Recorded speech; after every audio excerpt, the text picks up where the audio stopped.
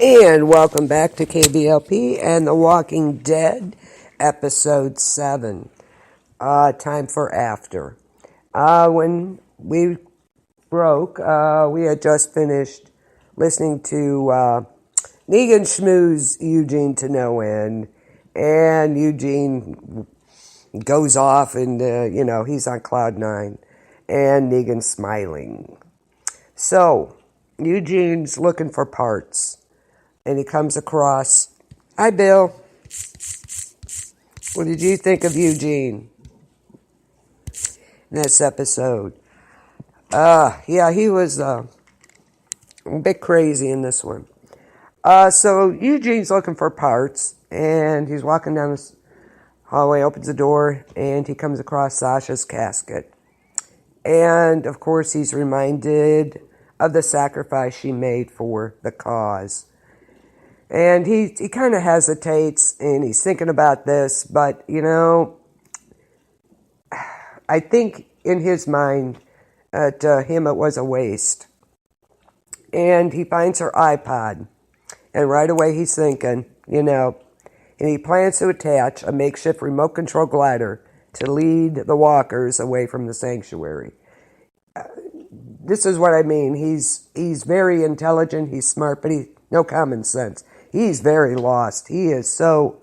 Negan schmoozes him, and, and that's what he wants. Eugene, right now, he doesn't know what to do. So he lashes out at he's lashing out at everybody. It's me, I'm worried about me. But is he really? I don't know. We shall see. In the meantime, Daryl and company roll up to start the plan. But yay, you go, Michonne. She bails at the last moment. Don't fix what isn't broken, right? And Rick's plan isn't broken yet. So why risk messing it up? I know. Kiss his hand. Oh, I know. And it was so funny because they were talking about that on Talking Dead, and Jeffrey Dean Morgan still had guacamole on his hand. Can you imagine? I'd have been rolling on the floor. So Daryl and Tara are just, gung-ho with this. And like I said, Rick can't leave the kids alone for 5 minutes without somebody getting into trouble, going rogue, and whatever. So Michonne's arguing with him, no, we can't do this. So why risk messing this up? There is a plan in place. Yeah. Daryl says, I just have to do this. He just has to. And of course, if you're listening, you're going to get spoilers, so I hope you know this. It doesn't go as he thinks it will. What a surprise, right? And back at Sanctuary, Eugene's preparing to launch his glider over the walkers from the roof. And oh,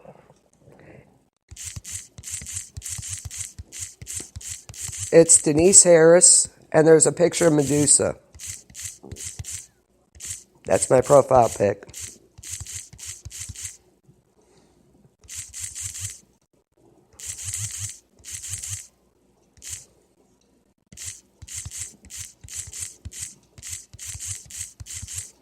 Or I'll find you.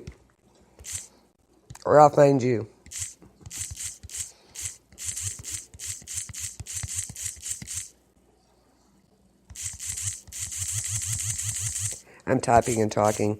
Can't chew gum and walk at the same time here. But anyway, yeah, what a surprise. It doesn't go as planned. Okay, Eugene is ready to launch his glider over the walkers from the roof. Here comes Dwight with a gun.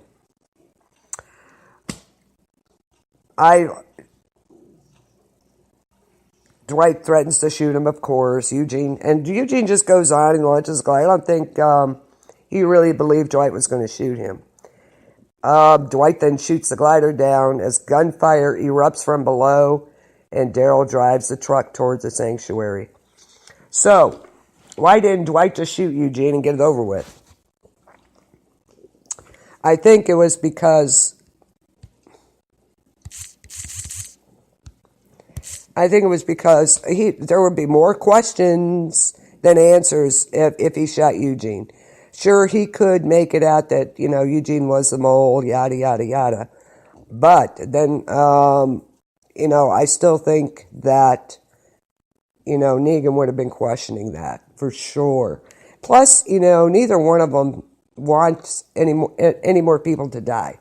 That's the bottom line. At least for now, he hasn't killed them. So they both don't want more people to die because that's exactly what would happen. And again, I think that, Dwight does that. There's, Eugene's help kind of, with Eugene there, the focus isn't on Dwight. You know what I mean? Dwight can kind of keep his covert operation going. And with Eugene there, Negan's focused on him and his finding the mole and fixing the intercom system and, the water supply. So I think Dwight would have a harder time of it, for sure, if he killed Eugene. It's not time yet, though. So, as the walkers flood in, and many of the workers weren't on the other side of the compound. People start dying. There you go. The generals, of course, start clearing out as many walkers as they can. And Eugene's watching this chaos, and he just freezes. He's like, oh my God, what do he just freezes on the spot. You can see, great acting for Josh McDermott. He is, wow. What an actor in this. But he's you could see it in his face. He's terrified. Eugene, he runs to Father Gabriel's room to scream about how, again, he's taking the selfish route. Well, yeah, okay. While it may seem like he might care for the workers who are dying, his main priority is keeping himself alive. And for some reason, he still thinks that's best accomplished by serving Negan.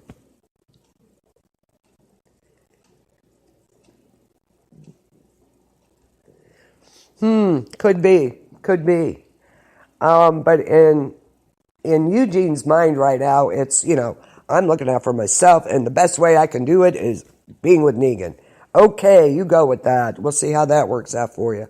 I think there's going to be a twist there, and it's not going to be a good one. And then he goes to his fearless leader with a plan to clear out the walkers. And we all know that requires a hell of a lot of bullets. And he tells Negan, I have something else to tell you. And it's building up, things interfere. And he's about to reveal, the mole when Dwight and the other generals walk into the room. Ooh, reprieve there, Dwight.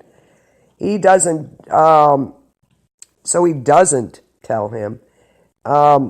Choosing to wallow in his room as he tries to drown out the son of gunfire by chugging his wine, gets sick, and chugs some more, which is totally gross. Excuse me. So, yeah, Eugene is, I don't know. He's got to realize sooner or later Negan's going to be brought down.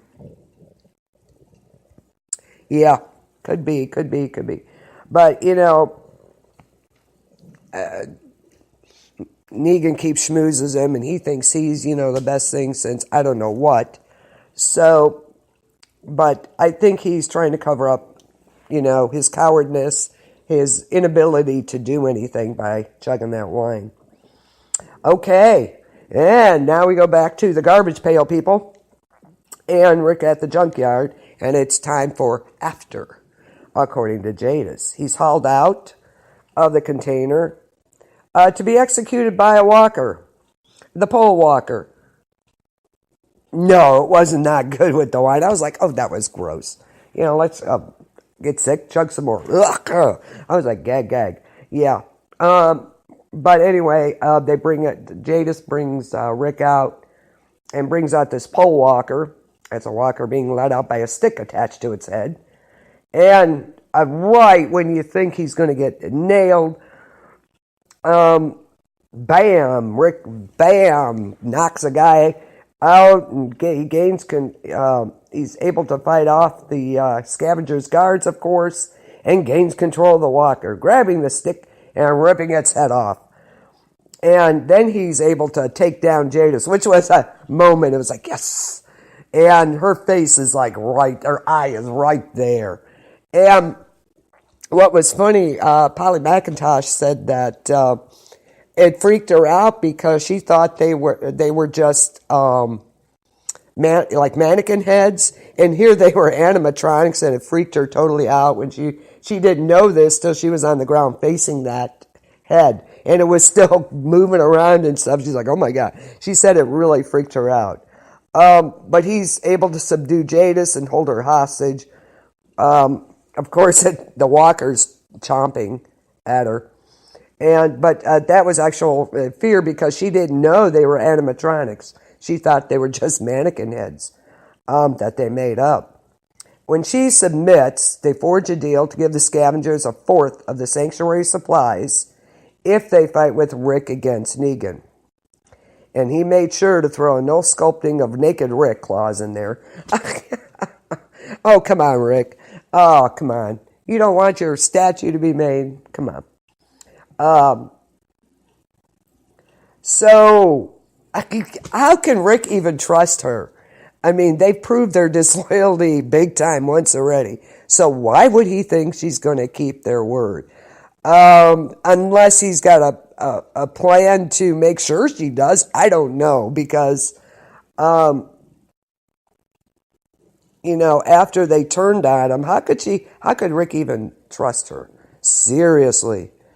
I just don't, yeah, that's beyond me. It really is. The scavengers, garbage pail, trash people, I call them.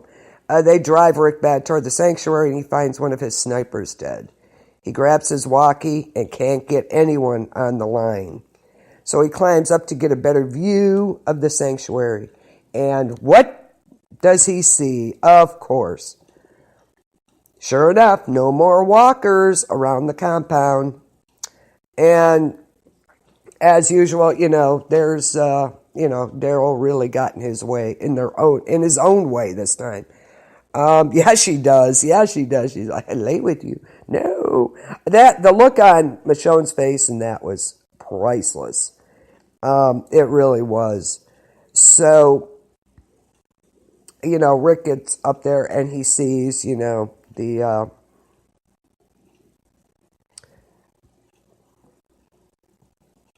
that there's no walkers around outside the compound.